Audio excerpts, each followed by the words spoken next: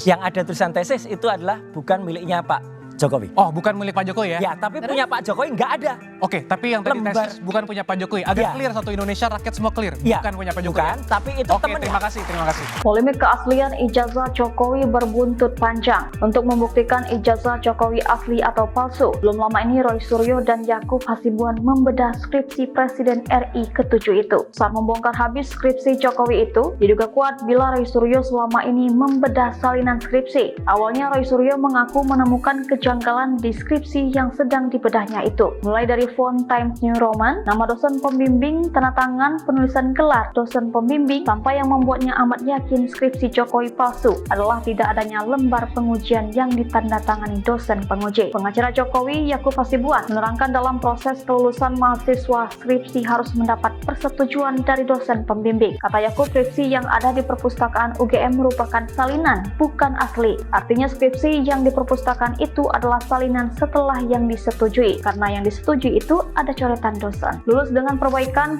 itu yang akan diperbaiki baru dicetak dan baru masuk ke perpustakaan. Yang menduga bahan yang diteliti Roy Suryo adalah salinan skripsi yang belum melewati tahap revisi. Tak mau kalah, Roy Suryo menilai keterangan Yakub ada benar dan salahnya juga. Menurutnya meski ada perbaikan, tetap saja yang dikumpulkan di kampus adalah skripsi yang sudah ada tanda tangan sebagai syarat disetujui. Yakub Hasibuan juga curiga bahwa skripsi yang dipegang Jokowi berbeda dengan yang diteliti Roy Suryo. Roy mengaku skripsi yang dia teliti berasal dari perpustakaan Fakultas Kehutanan UGM. Yakub Hasibuan pun mempertanyakan foto dari skripsi yang diteliti Roy Suryo. Sampai akhirnya Yakub pun membongkar keberadaan lembar pengujian pada skripsi Jokowi. Atas dasar itulah Yakub curiga bahwa skripsi yang diteliti Roy Suryo berbeda dengan yang dimiliki Jokowi.